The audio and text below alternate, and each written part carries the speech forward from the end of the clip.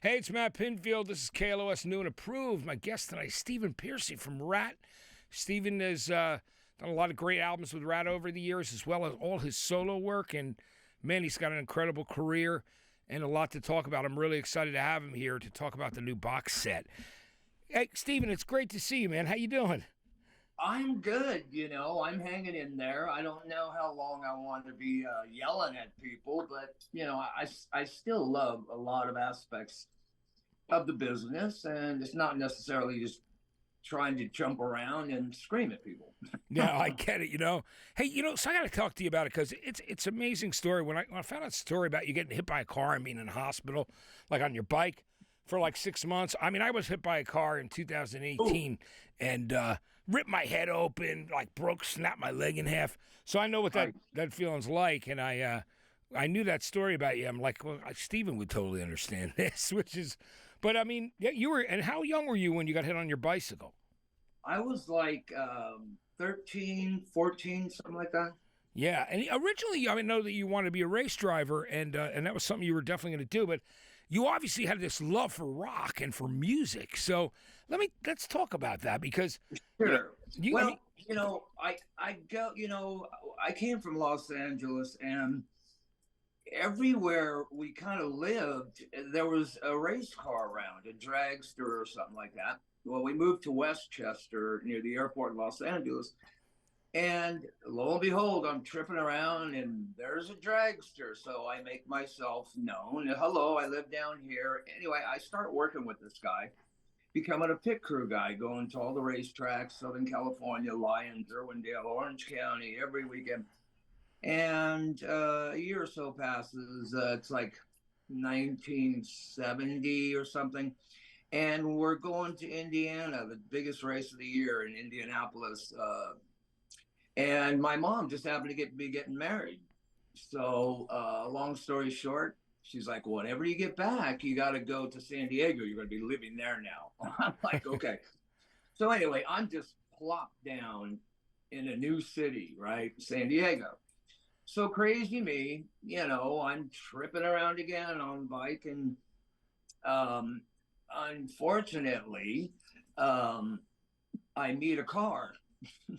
Yeah. And it was like not long after we moved there, actually, and I got run over, broke both femurs, smashed one, and that was the end of my, I told the doctor, I want to drive a race car. He's like, good luck. If you dare get in one of those and you happen to get hurt, you're not going to be repairable. You're irreparable. Yeah. If I had the rods, the wires, it took like so long, and wheelchair, the crutches, the canes. So Bob, so be it. I went to concerts, in San Diego Sports Arena. You can see it from my house, actually, our new place there. And I'd go to see Alice Cooper, and lucky enough to see Zeppelin 3 times. And I was into music, right? But anyway, when I was laid up, somebody gave me an acoustic guitar. Music was the furthest thing from my mind. Furthest. I loved rock and roll. My sister turned me on to David Bowie, and it was a beautiful thing. So anyway, I get this acoustic guitar, and I just adapted to it really quick. And I went, well, I'm laid up. I'm going to be laid up off and on for about a good year and a half. I didn't go to school anymore, high school. And I just taught myself how to play, wrote songs from day one, and it just happened to turn into a career. It's amazing how it did. And then, of course, early bands, you had like Crystal Pistol. But talk to me about like meeting Robbin, you and Robbin Crosby back in the day, and like kind of putting the band together in San Diego before you even decided to move back to Los Angeles. Tell me about those days.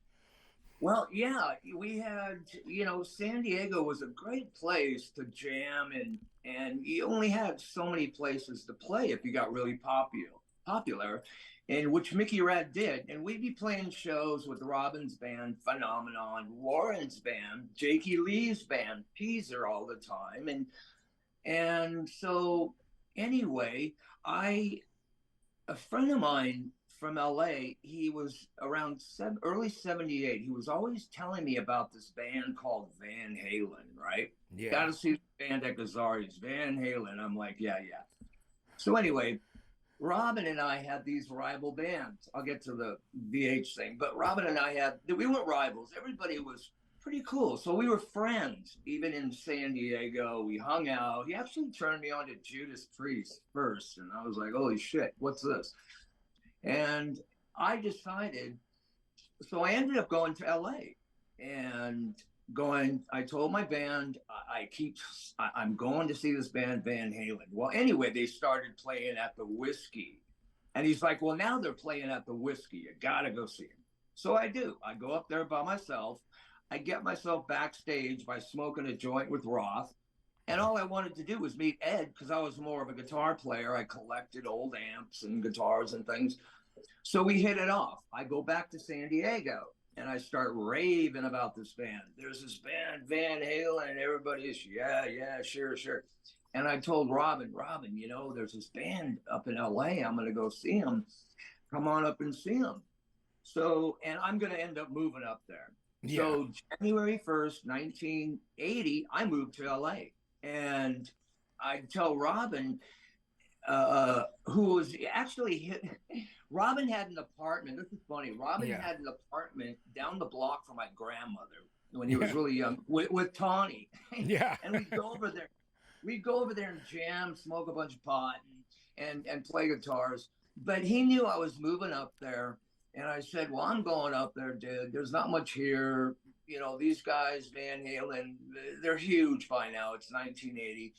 And I introduced him to him. I'm up there. Well, he brings his band up there. And so we're up there together now. His band implodes on him. They all go home. They couldn't handle it. My guys stuck around for as long as they could. And Robbin, when he didn't have his band, he would jam with Mickey Ratt per se around 1981. He'd always come in and jam with us. Well, Jakey was in the band. Jakey Lee was in the band at the time, and he didn't like two guitar players. So he goes, well, I'm out. So my other guys, bass player and drummer, well, we're out. And so Rob and I both ended up without a band, without our guys, right? So we just go, let's start a band. I already have Ratt going. Let's develop this thing. And so be it. We did. And that was the beginning of Ratt. And then, like, you know, Bobby Blotzer, Bobby and Warren, you know, those guys coming in. Like, did you meet those guys in L.A.? Were they already kind of hanging there, and that was their thing? They were hanging there. The thing is, in I guess it was around, I did a single for Metal Massacre, Brian Slagle's label with Metallica. I think all these bands are on it. And it was just me and Robbin doing the recording. And we were looking for a guitar player. And he says, well, I know this kid. He's really good. Warren DeMartini. Okay. Yeah. We auditioned Warren. We go, well, we got shows. Can you come on up and play? And I had a different bass player and drummer at the time. So we recorded the single, Warren, Robbin, and myself. And happened to be Tell the World. Ended up on Metal Massacre. And Bobby and Juan came in later, like early 83. And I was already established. My band was already pretty much established, Robbin and I and Warren. We brought in those guys. Lo and behold, we just started the procedure. And I followed the Van Halen schematic of, you know, headline the whiskey, become the whiskey headliner, and you're grooving. And that's exactly what we did. That's incredible. When did you change from Mickey Ratt to Ratt? Like, what year was that you changed the name? It was in 1981, actually. I was using the Ratt name. You know, I knew I had to do something different. Yeah. And I loved the KISS logo. I loved that it was just one word. So I started that change. I didn't, you know, the band would say Mickey, and then it was Ratt. Yeah. Mickey, and then we slowly dissolved it. I designed the logo to kind of look like a KISS. Yeah. You know, you would know what it is immediately. And that's a cool thing to do. I'm wearing a Rock Steady t-shirt. Like, you remember these on the back of the KISS albums? And of course. And the Piper records and stuff, you know, Bill Aucoin's management company. But I remember these from all the KISS albums. And so then anything that had it on there, I was like, well, that's on Kiss's records. I'll buy that. You know, like that's how I discovered Billy Squier in Piper. You know, like whenever there was a new band, you know, you always looked. It was like same thing if you with an Aerosmith record. Jack Douglas produced it. Oh, I'll buy that record. You know what I mean? Exactly. So, those are the days. You know, I love that you had to do your homework back then.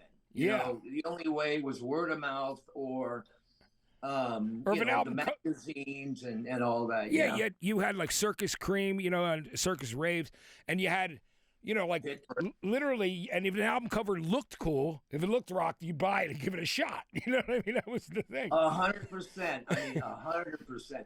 And it's crazy because, you know, and word of mouth, because when I used to tell people there's this band, Van Halen, they thought I was nuts. Van Halen, who's Van Halen? I'd go, you just wait. They're going to be coming around here. And sure enough, you know. They did, which is amazing. Talk to me about, you know, since we're talking about this great box set that is coming out through Atlantic and Rhino, which is the Ratt years, which is great with the first 5 albums.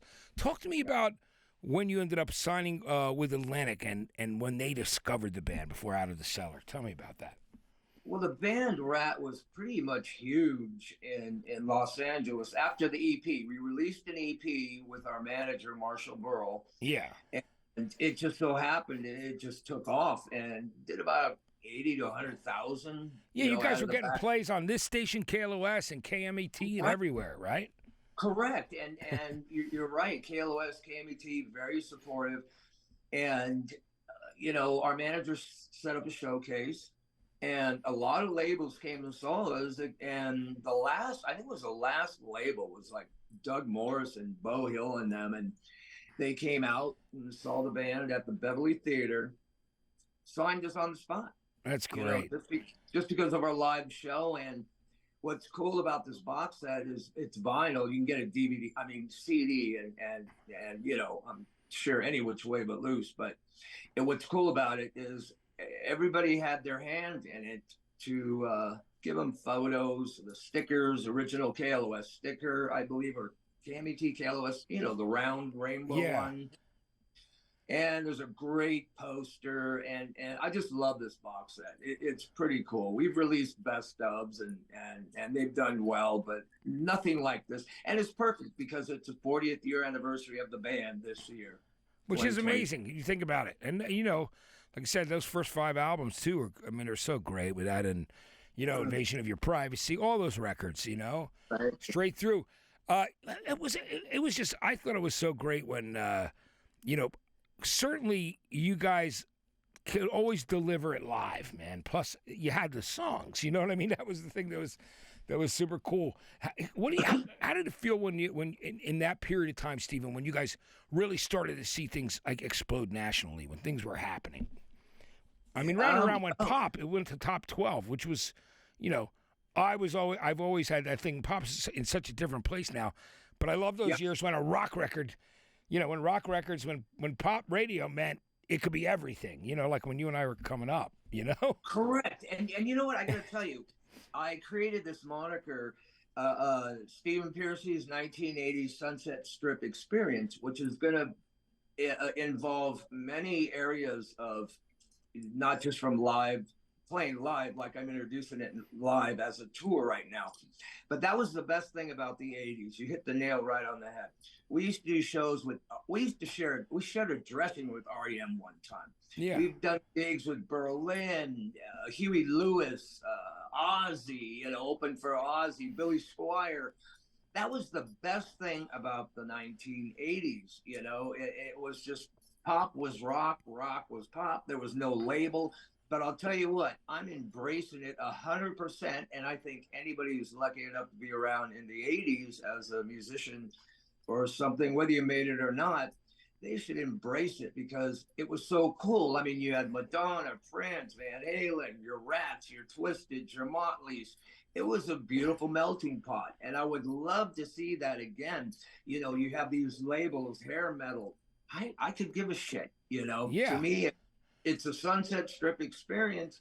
And while I'm doing this now, you know, I would really love to see that communal thing again. Yeah. You know? I thought that's the thing that's the best about it is when there's a scene like there was there in Sunset Strip where everybody was just like, there was a competitive side to it, which is like anybody would do, but it was also a camaraderie. It was a community, and that's the cool thing, you know. 100%. I mean, God, all these bands. I mean, it didn't matter who it was. It was just insane. That's the best thing about the '80s that I do recall, is there was so many kinds of music and genres, and it was just one. It was just one great groovy kind of a thing. I appreciated that. I think that was one of the cool things about MTV, even before I worked there, was that they played everything. You know, dude, MTV, I got to tell you, MTV, VH1, if it wasn't for those folks, a lot of us guys wouldn't even be standing, you know?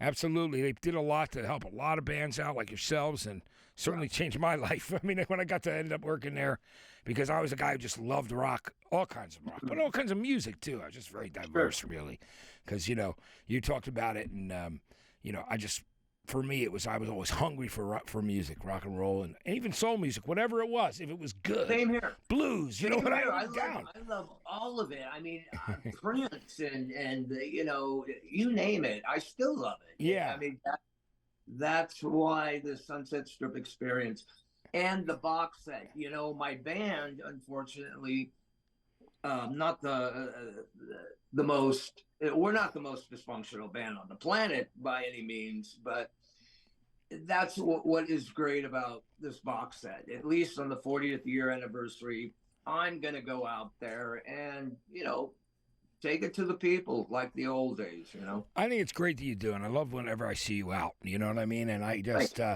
so let's talk about what about this 80s Sunset Strip experience. What kind of things can people expect from that? It sounds cool.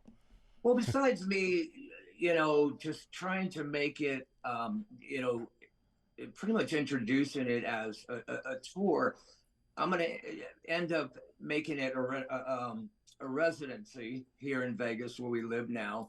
And it will involve all genres. And the reason being, and then we have a company called Vamie, VAMIEE.com. If you go there, it's a metaverse world thing. It's just crazy. It would take days to talk about it, but it is going to be the Sunset Strip experience. And the thing about it is, like I said, is bringing all of that back. It's just not hair metal or death rock or whatever you call it. It's everything, every kind of music from the 80s.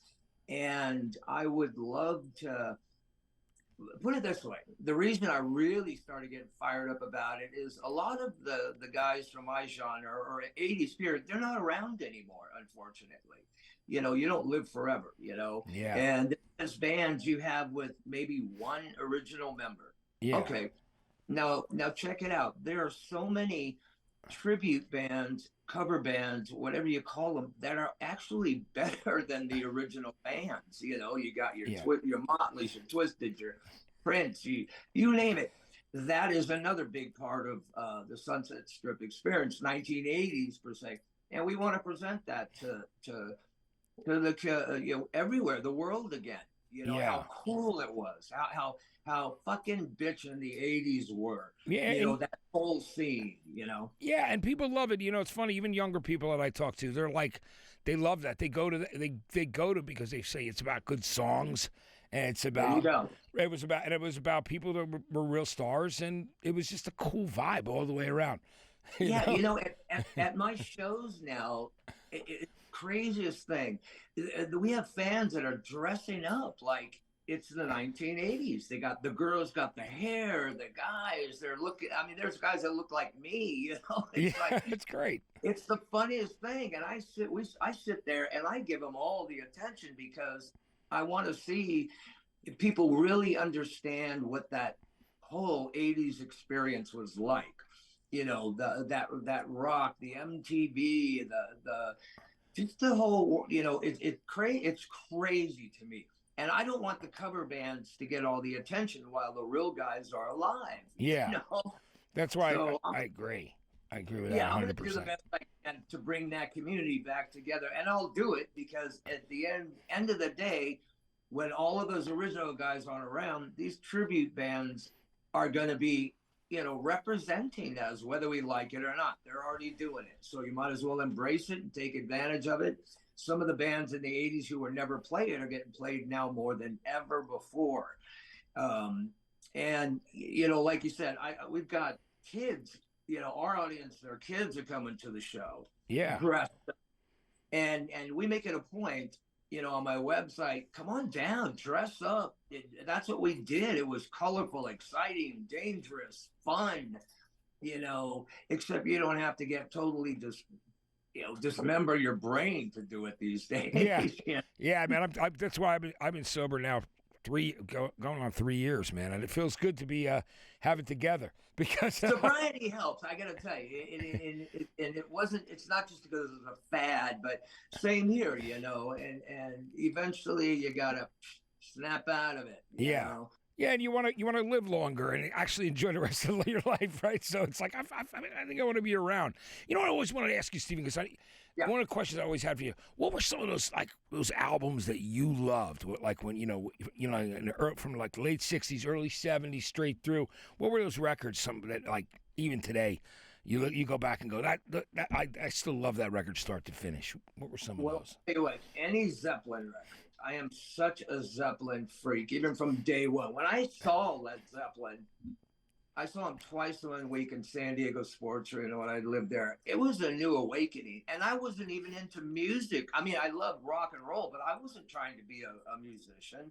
When I saw them and heard those records, and then anything, Judas Priest and love Rob Halford. I had the opportunity to jam with them,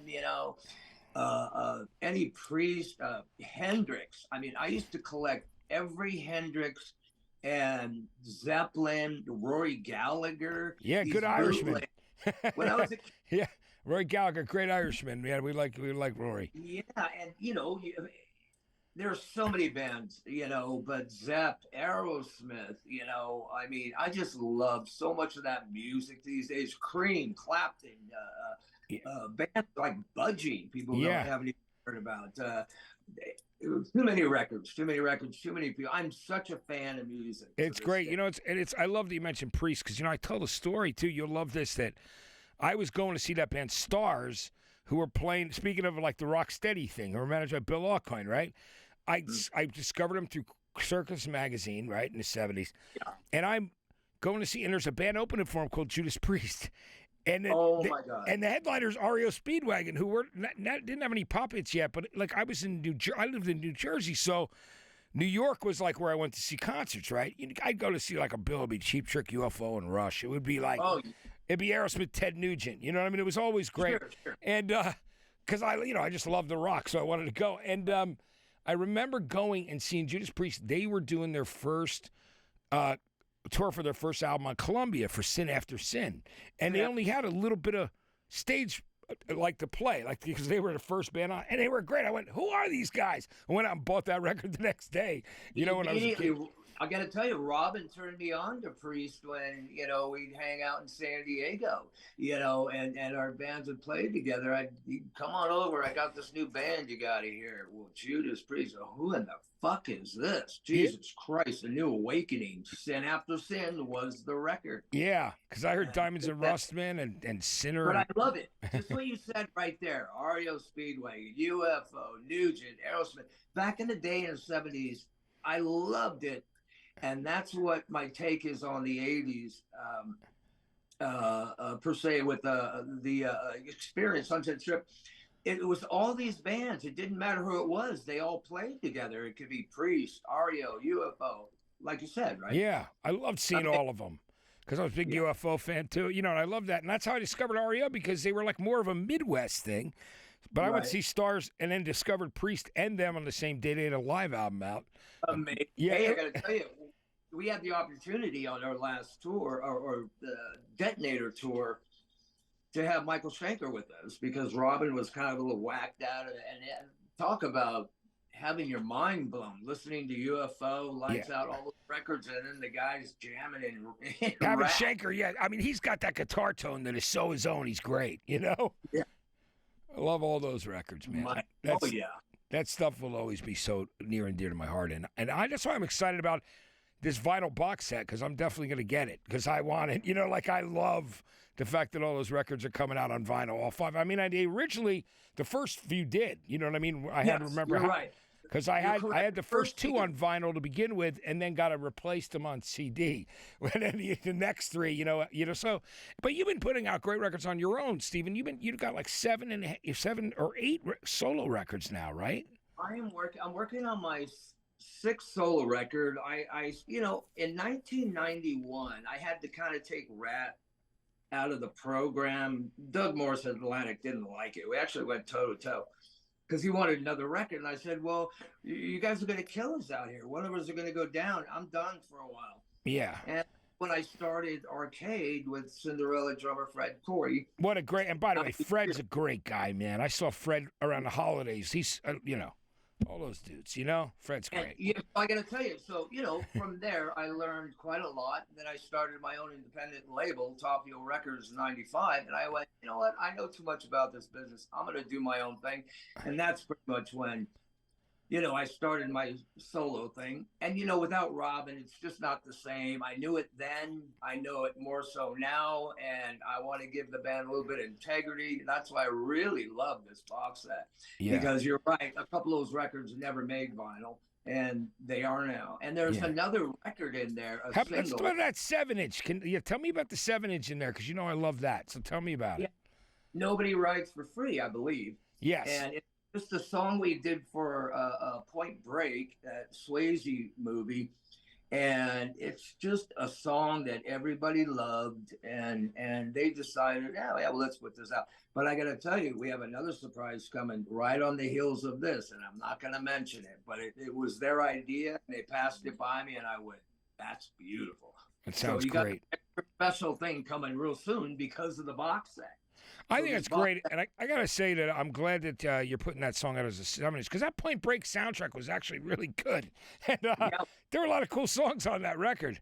And you know, I'm also I've done 5 solo records, and I'm getting the other one's ready to go. The 6th one, I have a record coming out called Legacy on an Australian label, Golden Robot.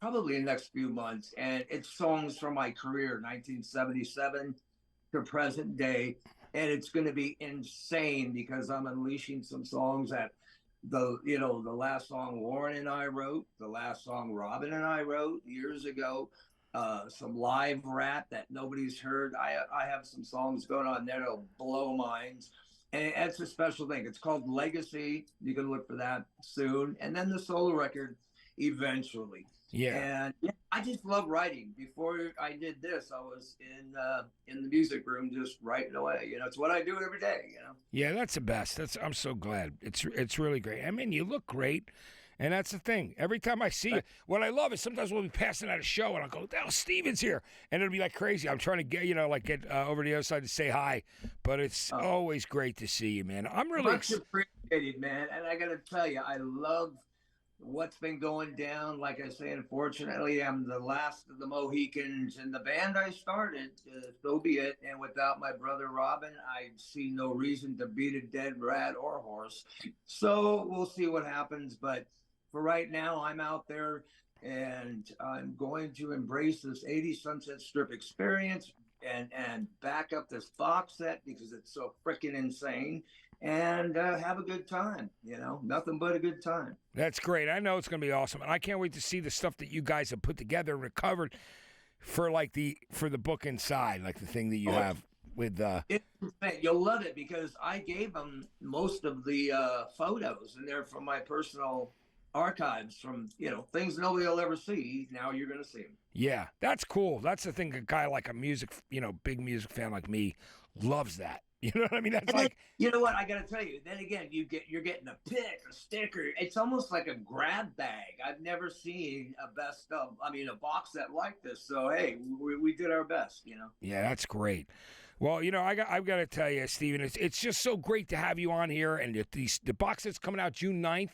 We'll let everybody know to go to your website so they can find out more about the 80s Sunset Strip experience. Yeah, right here, officialstevenpearcy.com. And, kids, let's embrace that 80s thing, because I got a lot of stuff in store. Even if I pull out of the game for a bit, I am still involved.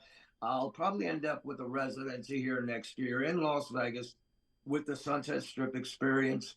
Right now is right here, right now. I'm on the road and I'm playing the Ratt hits and more.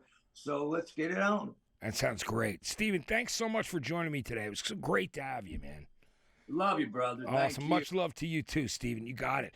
Steven Pearcy. And don't forget to get that new box set. If you're a vinyl fan like I am, you're definitely going to want to check it out. It is Ratt, The Atlantic Years. It's going to be out on June 9th. There will be a CD version of it as well. So make sure you check it out. But I'm excited about it. I can't wait for it. Guys, thanks so much for watching us. It's Matt Pinfield with Steven Pearcy. This is KLOS New and Approved. I'll see you soon.